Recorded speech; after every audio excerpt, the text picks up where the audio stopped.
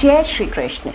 श्री कृष्ण भक्तों के लिए अगस्त का महीना बेहद खास होने वाला है क्योंकि इसी मास में जन्माष्टमी का पर्व मनाया जाता है। देखिए, हर साल भाद्रपद मास की कृष्ण पक्ष की अष्टमी तिथि को हम जन्माष्टमी मनाते हैं। तो इस साल 2024 में जन्माष्टमी का पावन त्योहार किस दिन मनाया जाएगा, आज इस वीडियो में मैं आपके साथ यही जानकारी शेयर करने जा रही हूँ। श्री कृष्ण जन्माष्टमी देखिए, खास नक्षत्र रोहिणी नक्षत्र में अगर मनाई जाती है तो बहुत विशेष महत्व रखती है। तो क्या इस साल रोहिणी नक्षत्र श्री कृष्ण जन्मोत्सव के समय यानी कि मध्यरात्रि में मिल रहा है? ये सभी जानकारियां आपको प्राप्त होगी। अष्टमी की तिथि और रोहिणी नक्षत्र का संयोग है या नहीं है? अष्टमी की तिथि कब प्रारंभ होकर कब समाप्त होगी? रोहिणी नक्षत्र कब प्रारंभ होकर कब समाप्त होने जा रहा है? भगवान की पूजा जो कि मध्य रात्रि का क्षण होता है, वो पूजा का शुभ मुहूर्त क्या होगा? श्री कृष्ण जन्माष्टमी व्रत में पारण का महत्व होता है, तो पारण किस शुभ समय में करना है? आज की पूजा का विधान क्या होगा? भगवान को क्या भोग अर्पित करें और किस प्रकार से विशेष तरह से इस बार श्री कृष्ण जन्माष्टमी का त्योहार हम मनाएं, ये समस्त जानकारियां इस एक वीडियो में आपको प्राप्त होने जा रही है। तो इसी वीडियो को अगर अंत तक देख लीजिएगा तो आपको किसी अन्य वीडियो को देखने की जरूरत ही नहीं पड़ेगी। दोस्तों, आप देख रहे हैं आपका अपना यूट्यूब चैनल व्रत त्योहार कथाएं। मैं हूं आपके साथ रिमझिम शर्मा।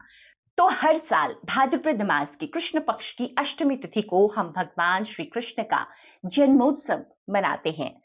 इस बार श्री कृष्ण जन्मोत्सव अब हम किस दिन मनाएंगे? सबसे पहले तो तिथि जान लेते हैं कि तिथि कब प्रारंभ होकर कब समाप्त हो रही है। तो अष्टमी की तिथि 26 अगस्त को प्रारंभ होगी 3:39 पर रात में, जो कि समाप्त होगी 27 अगस्त को रात में 2:19 पर।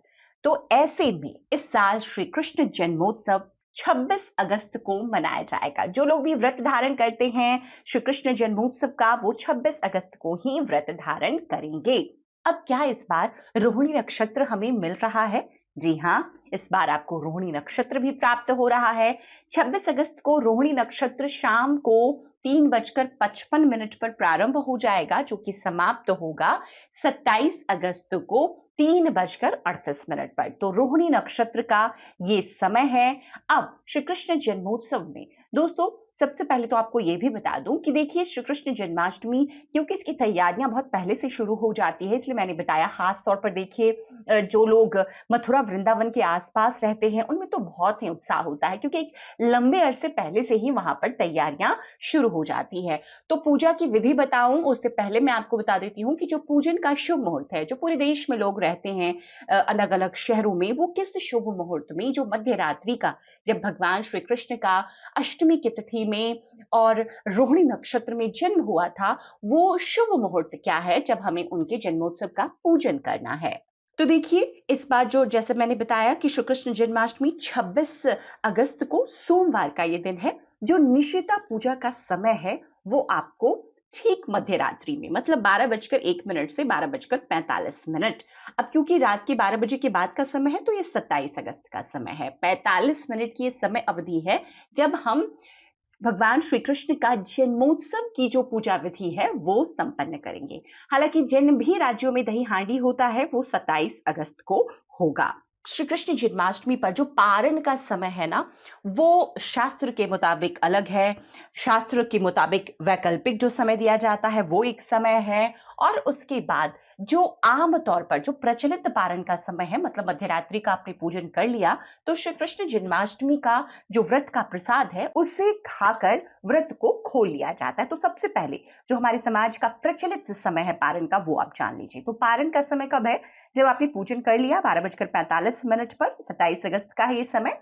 तो 12:45 के बाद से आप उसी प्रसाद को खाकर, जो आपने कान्हा को, भगवान को अर्पित किया है, आप व्रत को खोल सकते हैं। हालांकि धर्मशास्त्र के मुताबिक पारण के दिन रोहिणी नक्षत्र की समाप्ति के बाद ही व्रत को खोला जाता है। तो वो समय आपको 27 अगस्त को मिल रहा है दोपहर में 3:38 के बाद का।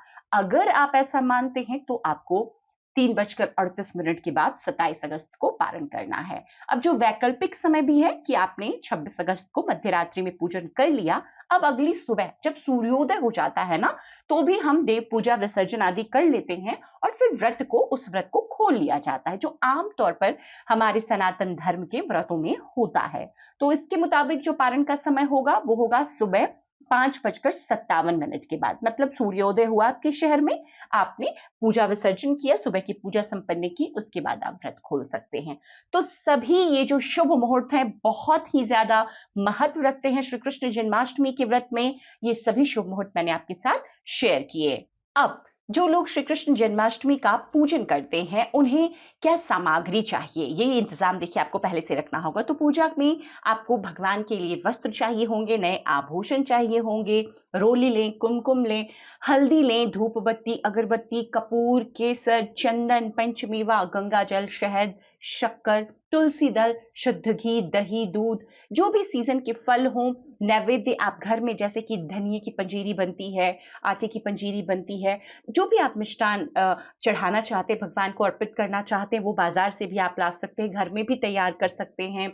लौंग, छोटी इलायची, इत्र अर्पित करें और जितनी तरह के फूल आपको मिले भगवान के जो पूजा का स्थल है, चौकी है, उस स्थान को सजाने के लिए आप जरूर पहले से इंतजाम रखेंगे। अब जो पूजन का विधान होता है, जो लोग व्रत धारण करते हैं वो श्री कृष्ण जन्माष्टमी के दिन सुबह जल्दी उठेंगे, स्वच्छ वस्त्र पहनेंगे, इसके बाद में व्रत का संकल्प ले लेंगे।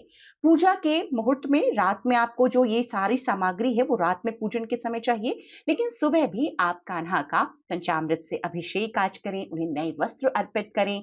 इसके बाद पीले चंदन, केसर का तिलक लगाएं, मोर मुकुट पहनाएं, बांसुरी आज उनके पास नहीं रखें, फिर उन्हें झूले पर बिठाएं, एक सजे तैयार झूले पर बिठाकर अब पूरे दिन उनकी सेवा में आज रहें। आज उनको माखन मिश्री का सुबह अगर भोग लगाते हैं पंजीरी का, तो उनको बहुत प्रिय है।